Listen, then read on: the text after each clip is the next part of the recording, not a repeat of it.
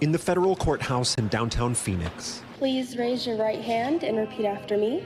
Yulisa Noriega becomes an American citizen today. And congratulations to our newest U.S. citizen.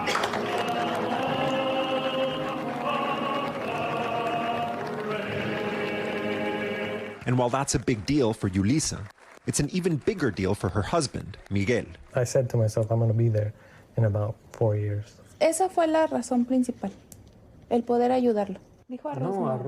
Help him fix his own papers after decades as a dreamer. And just under the wire, before a new term under Donald Trump could throw 500,000 like him into uncertainty.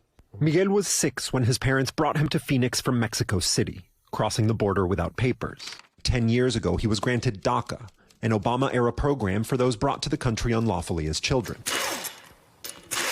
DACA got him a work permit, and it created a pathway, though a long and difficult one, to legal status. DACA is now on the ropes, facing court challenges and a president-elect who says the program is illegal and tried to end it in his first term. Trump has also said he'd like to find a different fix for dreamers. You said once back in 2017, they, quote, shouldn't be very worried about being deported. Should they be worried now? We have to do something about the dreamers because these are people that have been brought here at a very young age, and many of these are middle-aged people now. They don't even speak the language of their country. At the same time, in his first term, Trump put up obstacles not only for undocumented immigrants, but for legal ones as well. The Trump administration cut legal immigration in virtually every category, in virtually every way that you can think of. Immigration lawyers like Yasser Sanchez haven't forgotten those years. Under the first Trump administration, how did his moves on legal immigration specifically, how did that affect your business and the business that your office does? It made a simple case such as a citizenship go from 4, 6, 8 to 12 months. So between 30 to 50 green card cases a month, dropped to 3 to 5 a month. So now, Sanchez and attorneys across the country say they can't take any chances, and they're accelerating every case they can. Any case that we can get in now, before January 20th, we're pushing through. And we're talking about legal immigration. We're talking about people with clean files. We want to make sure that they get in because we don't know what's coming. Among those cases, Yulisa's citizenship.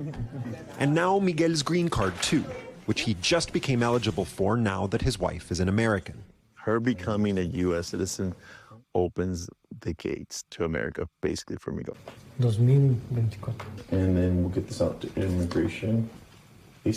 As of today, you're an American citizen. And Miguel now has options that he didn't have before. How does that make you feel? I'm happy. I'm excited. We were rushing to make sure that this gets done. I am relieved. It's a big relief. Miguel's green card application will take months to process. But with the paperwork filed, the future feels a little bit more certain. So where do you see yourselves in 5 years? You know, it's hard. It's hard. They ask that question. What do you see yourself in 5 years? I never said anything. Whatever life gave me is what I would answer.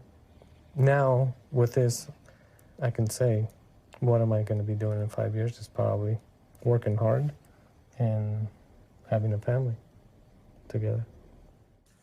David Noriega joins us tonight from Los Angeles. So, David, this is a moment of uncertainty. Are some immigration lawyers out there maybe taking advantage of people's fear?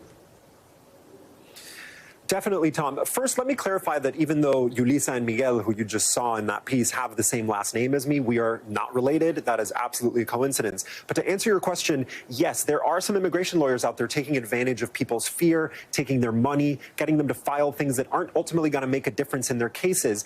Good immigration lawyers, like the ones you saw in that piece, have in fact been warning some of their clients not to rush, not to file any paperwork unless they're absolutely certain they qualify for relief, because doing so might actually get them into more trouble than doing nothing. Tom? Thanks for watching. Stay updated about breaking news and top stories on the NBC News app or follow us on social media.